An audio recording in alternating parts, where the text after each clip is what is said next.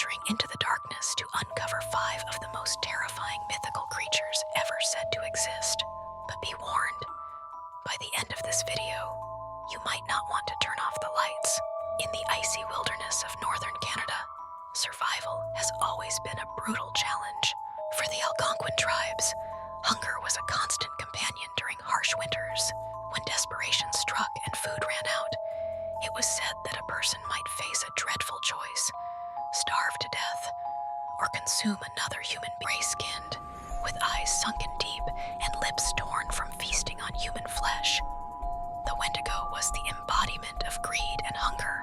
Its heart was said to be made of ice, its body reeking of decay, and no matter how much it devoured, it could never be satisfied. The more it ate, the bigger it grew, forever starving, forever craving. Even today, psychologists use the term Wendigo psychosis to describe an uncontrollable craving for human flesh, a terrifying reminder that sometimes the real monster hides inside us. Thousands of miles away in Japan, another legend whispers through the streets at night. Her name is Kuchisake-onna, the slit-mouthed woman, once a beautiful wife of a proud samurai. She betrayed her husband with another man.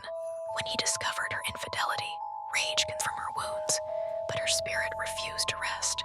Now she roams dark alleys wearing a mask, her voice soft, her presence deadly. She approaches strangers and asks, "Am I beautiful?" If you say no, she kills you instantly. If you say yes, she removes her mask, revealing her mutilated smile, and asks again, "How about now?" If you scream or run, she cuts you down with her scissors. Survive by confusing her. Tell her you're in a hurry or that she looks average. But if you ever meet her on a silent street, no one can promise you'll make it home alive. In the foggy hills of England, parents once told their children to behave, or Black Annis would come for them.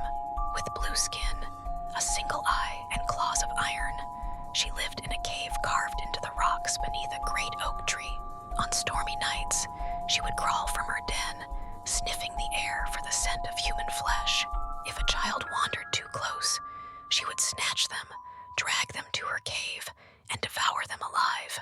The bones she'd keep, the skin, she'd sew into clothing. Her legend grew so strong that villagers built their houses with smaller windows, afraid she might reach through to snatch their children. Some dismissed her as a bedtime story. Others swore they'd seen her shadow crawling across the moonlit hills. Far to the south, in the humid nights of Southeast Asia, villagers fear the Krasue, a woman cursed for her sins in blood, preferably that of pregnant women or newborns. To protect themselves, villagers plant thorny bushes or keep spiky fences around their homes, hoping her dangling organs get caught before she reaches them. If dawn breaks before the Krasue returns to her body, she burns to ash in the sunlight. But until that day, she remains a symbol of guilt and punishment, proof that evil deeds never die quietly.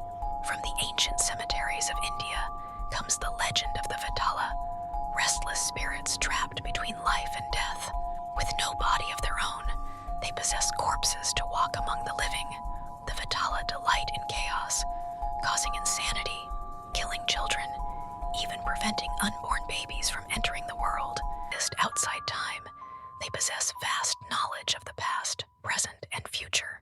Many sorcerers have tried to capture them, seeking their secrets, but few have lived to tell the tale. A Vetala's laughter in a graveyard is said to drive a man mad forever. These myths may seem like ancient tales meant only to frighten children, but look closer, and each one hides a reflection of our deepest fears. The monsters of myth are really mirrors, showing us the darkness we try so hard to ignore. Don't forget to like this video, subscribe for more stories from the dark side of history and legend, and tell me in the comments,